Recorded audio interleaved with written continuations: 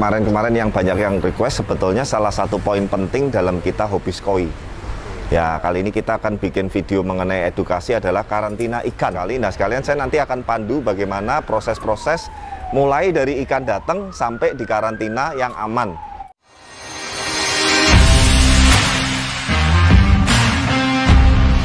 Yang oninya, topnya. Banyak, taunya ya cuma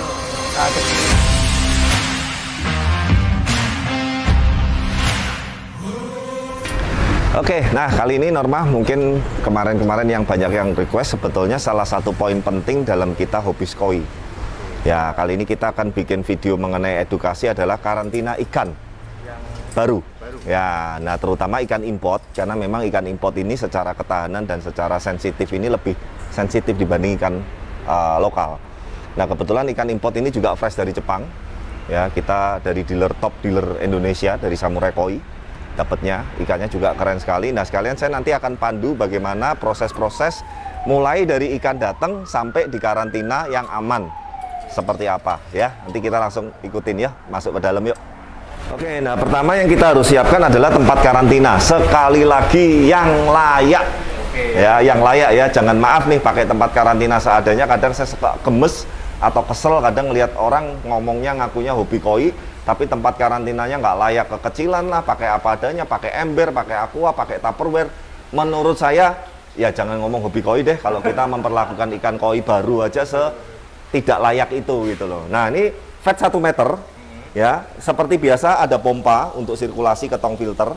Ini tong filter ini isinya filter media mekanik supaya air ini sirkulasinya dan pergantiannya bagus. Kemudian ada juga aerator, kita pakai reson biasa supaya oksigennya juga bagus. Nah, nih. Nah, ya kan? Nah, jadi teman-teman bisa lihat ini air sudah mature dan sebelum dipakai untuk karantina ikan baru, misalkan bekas karantina ikan yang lama, ini harus disteril dulu. Buang dulu airnya. Nah, saya biasanya pakai kaporit. Saya kaporit, sudah selesai dikaporit, dibuang, dikeringin, isi air baru, garam. Ya, supaya nggak kepanjangan, intinya poinnya itu. Pertama, intinya sebelum dipakai untuk karantina ikan baru harus disteril dulu. Setelah disteril, diisi air baru yang bagus, proses penggaraman. Ya, selama 1 hari minimal, 1 kali 24 jam. Nah, sudah siap seperti ini, dengan ada pompa, tong filter, dan aerator, baru kita masukin ikan baru. Itu yang habis digaram air? Oh enggak, udah biar. Karena saya memang tidak membiasakan pakai obat yang terlalu ribet-ribet, tapi saya garam itu wajib, intinya untuk sterilin. Nah, setelah ini kita akan masukin ikannya. Seperti apa next step-nya yuk, supaya nggak kelamaan. Nah, ini ya, ikan baru datang, biasakan teman-teman ambil di kargo atau misalkan kalau mengecek ini sepagi mungkin.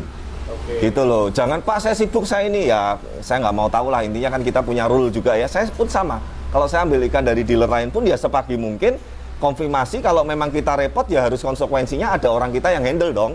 Gitu dong, jangan terus alasannya repot, nggak sempat ngambil, nggak sempat ini. Nah, akhirnya ikan mati di kargo, kepanasan, oksigen habis, banyak lah kes-kes seperti itu. Intinya jemputlah sepagi mungkin. Gitu. Iya, gitu. Bahkan saya sampai bisa bayar uang lebih untuk orang saya standby dari pagi. Bahkan kita udah punya jasa langganan yang dia tugasnya standby di stasiun, di kargo, di tempat yang kita sering ngambil-ngambil ikan datang baru itu, dia standby sejak pagi. Tabung oksigen standby, air standby, gitu kan. Nah, ini intinya nggak ada masalah. Kita unboxing. Ya, nah ini ikannya jenisnya sih Tancho Goshiki Ginrin. Ini fresh Jepang, saya farmnya lupa ya. Kemarin ininya di show Jepang, ini udah punya customer ya. Farmnya Hiroi. Nah, ini dari Samurai Koi, the best dealer koi Indonesia, bahkan saya bilang mungkin salah satu yang di dunia terbaik.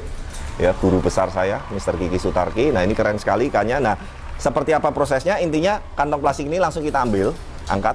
Kita bersihkan dulu pakai alkohol supaya bersih. Kita angkat, ya. Diangkat, dibersihkan. Nah, kemudian diapungkan di vatnya supaya suhunya stabil sama dulu. Intinya supaya teman-teman kantong plastiknya ini kalau kotor dan lain-lain ini kita bisa bersihkan dulu. Nah, dilap tadi pakai alkohol.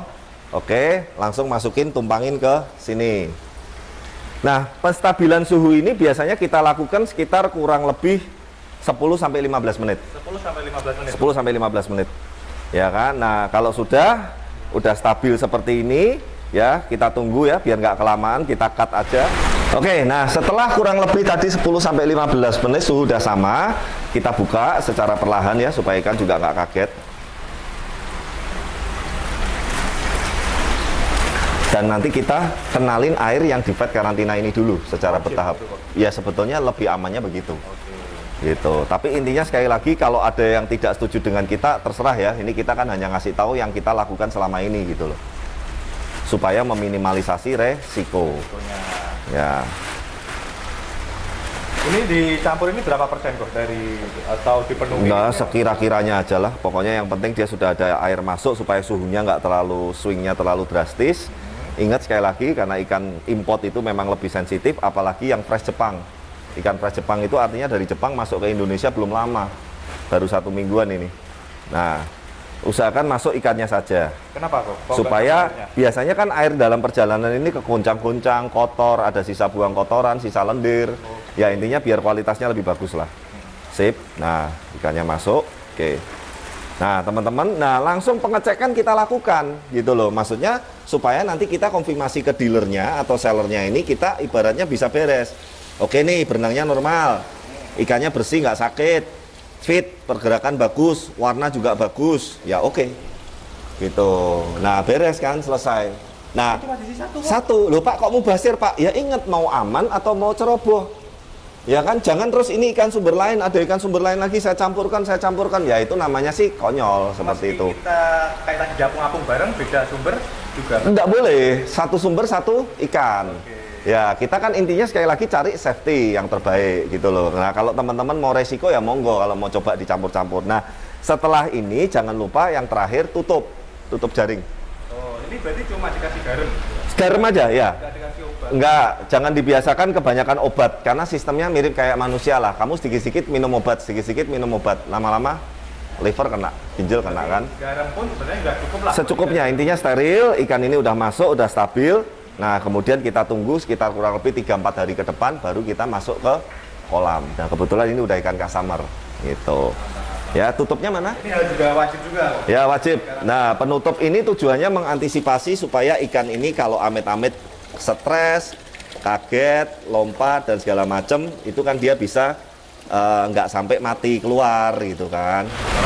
Nah, oke, terakhir kita jepit pakai penjepit supaya juga jaring tutupnya ini nggak gampang kebuka. Nah, setelah itu Norma, kalau kita ditanya Pak berapa lama ganti airnya, berapa, ya kita ngelihat kondisi case per case. Kalau airnya besok pagi ternyata masih bagus, ya kita buang paling sedikit, 10%, 5%, masuk air baru lagi. Hari kedua sama, buang sedikit, masuk air baru lagi. Nah, sampai kita biasanya 5 harian.